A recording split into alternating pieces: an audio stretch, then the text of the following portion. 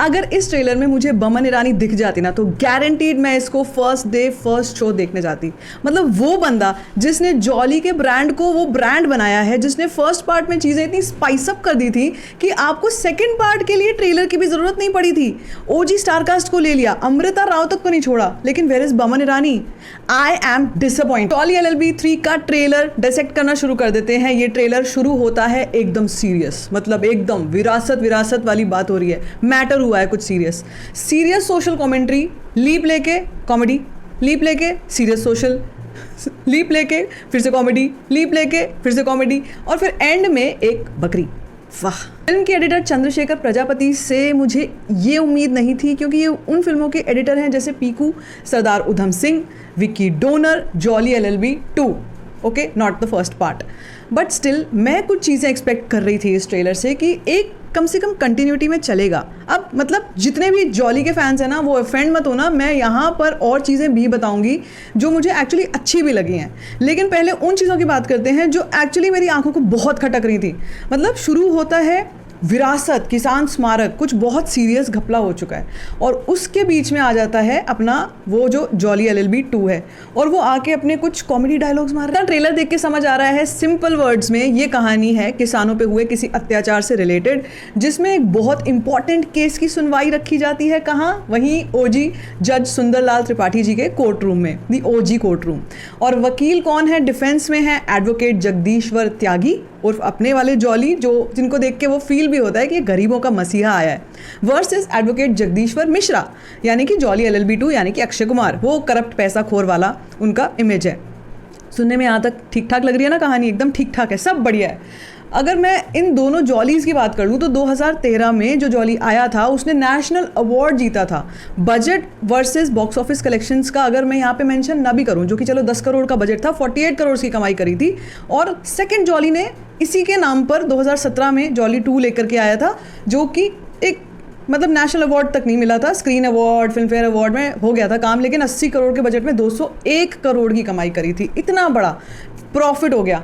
लेकिन इस वाले पार्ट का ट्रेलर देखकर ऐसा लग रहा है कि एडिटर ने कुछ तो घास फूकी है, उसके बाद इसको एडिट किया है, बिकॉज और may be this is the best he could do out of this, because ये काफ़ी कंफ्यूजिंग सा लगा मुझे। मतलब शुरू हुआ तो बहुत सीरियस था, कहीं कहीं पे क्रिंज वाले पीजेस आ रहे थे, और उसके बाद ये ख़त्म होता है थोड़ा सीरियस और थोड़ा सा इंटरेस्टिंग मोड पे।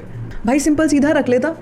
मुझे लगता है कि वीकेस्ट पॉइंट इसका एडिटिंग ही होने वाला है इस ट्रेलर का। इससे ज़्यादा वीक कुछ नहीं है, एक्सेप्ट फॉर अक्षय कुमार की फोर्स्ड वाली कॉमेडी वाले dialogues. Akshay Kumar is a brilliant comic, he has a brilliant comic timing. Still उस बंदे को ठीक से कॉमेडी के लिए डायलॉग्स नहीं मिल रहे हैं, मतलब फोर्स्ड लग रहा है इतना। जो हमने पार्ट 1 में जो देखा था दैट वाज ऑर्गेनिक कॉमेडी, देखकर पंच लाइन्स पर हंसी आ रही थी, जो साइड कैरेक्टर्स थे उन पर हंसी आ रही थी। यहाँ पे सब कुछ ही फोर्स्ड लग रहा है मुझे। गजराज राव जैसे फॉर एग्जाम्पल, खैतान साहब लगता है वो बंदा कहीं से, क्या कास्टिंग है यार। गजराज राव लगता है कोई किसी ना किसी सरकारी स्कूल के मास्टर जी, बहुत बढ़िया फिट होंगे ये, बहुत बढ़िया, पंचायत जैसे कोई सीरीज़ में होंगे, बहुत अच्छे लगेंगे, is a fab actor. But Khaitan साहब, ये खैतान साहब पता नहीं, मेरे को तो जमा नहीं है। बाकी देखेंगे मूवी में क्या है, अभी इट्स टू अर्ली टू जज। तो पावर वर्सेस पीपल का एक स्टैंडर्ड टेम्पलेट है, बढ़िया टेम्पलेट है, बहुत अच्छा इस पर काम हो रहा है, चल सकता है। बीच में आ जाता है रेसिंग ट्रैक, हैं, जानकी राजाराम सोलंकी वर्सेस खैतान साहब, बीच में एक रेसिंग ट्रैक, F1 का रेसिंग ट्रैक आ रहा है। क्या हो रहा है यार, बीच में स्काई स्क्रेपर्स आ रहे हैं, कहीं पर जगदीश्वर त्यागी अपने पेट खराब की बात कर रहा है, राजमा चावल की बात कर रहा है। मतलब there is no sequence, there is a lot of fumbleness you see in this trailer. Akshay Kumar अच्छे तो एक्टर हैं, कॉमेडी बहुत अच्छी करते हैं वो, यहाँ पे थके हुए क्यों लग रहे हैं, पीजेस क्यों मार रहे हैं। मतलब dialogue delivery is so poor. In fact Arshad Warsi उन पे भारी पड़ रहे हैं। In many scenes I have seen in the trailer कि Arshad Warsi is looking much better. उनकी डायलॉग डिलीवरी, उनके पंच लाइन्स बड़े सही लैंड कर रहे हैं। 2-3 मूवीज़ के ट्रेलर्स मुझे ऐसा लग रहा था मैं देख रही हूँ एक साथ में, तो मतलब विजुअल कंटिन्यूटी तो है ही नहीं। सीरियस तो इतना सीरियस कि मतलब सोशल कमेंट्री बना दी। और सीमा बिस्वास का कैरेक्टर, जो उनका कैरेक्टर है वो इतना ज़्यादा सीरियस है, वो इतना दुख में है, पीड़ा में है। गजराज राव एकदम मस्त बंदा, और वो आके अपने मर्सिडीज़ से उतर रहा है और वो ये जगदीश्वर मिश्रा को आके बोल रहा है, हाँ सर आपसे बात कर रहा हूँ मैं। ओके ठीक है, तो मतलब एकदम पॉलिटिकल ड्रामा से निकल के, और जॉली वो वाला जॉली लग रहा था, हाउसफुल वाला। तो मतलब ये चीज़ें मुझे बहुत खटकी हैं इस ट्रेलर में।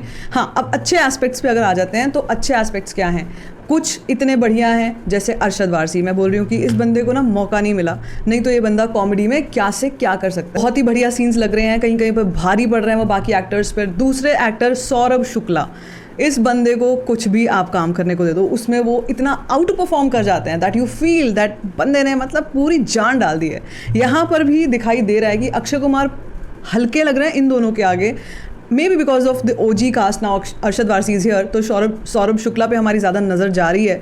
लेकिन मुझे ऐसा लगता है कि नहीं, वो बंदे हैं, मतलब अगर वो उनका जो कोर्ट रूम है वो सुंदरलाल त्रिपाठी वाला, और वो जो छोटे से कप में चाय पीते हैं कि आप इसको कम से कम गर्म तो कर दिया करो, अपने जिस असिस्टेंट को बोलते क्या, मतलब कितनी बढ़िया वो पंच लाइन्स थी, कितनी ऑर्गेनिक सही लैंड करती थी।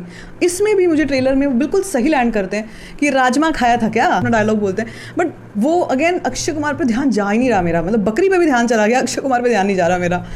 And as I said, I am here for the OG star cast यार। अमृता राव, बहुत अच्छी बात है कि उनको फिर चांस मिला है, अरशद वारसी को फिर चांस मिला है, सौरभ शुक्ला को मिलता ही रहता है।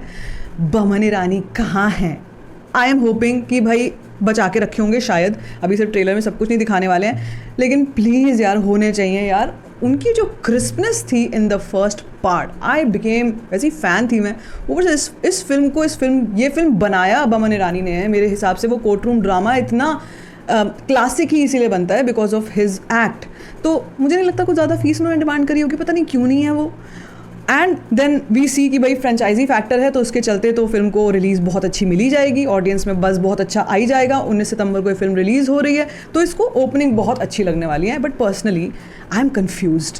आई wanted to see something better than this, I was expecting something better than this. मुझे नहीं पता है कि ये लोग फिल्म में इससे बेटर कुछ है, या फिर वो एक पॉलिटिकल कॉमेंट्री के साथ में या सोशल कमेंट्री, वही पावर वर्सेस पीपल वाला कुछ दिखाएंगे, और वो बाद में हृदय परिवर्तन हो जाएगा इस वाले जॉली का, जॉली 2 का, या कोई थर्ड जॉली भी आने वाला है, कोई लिटरली कोई और जॉली भी आने वाला है। आई एम होपिंग प्लीज़ कोई तो आए, कोई तो इसको थोड़ा सा नया तड़का दे। अभी तक तो मुझे ओजी स्टार कास्ट के लिए फिल्म देखनी है बस, and I will be missing Boman Irani. बाकी आप बताओ को ट्रेलर कैसा लगा, let me in the comment section. बाकी if you like this video, give it a thumbs up, don't forget to share it, and don't forget to subscribe to my channel, which is cost or fine.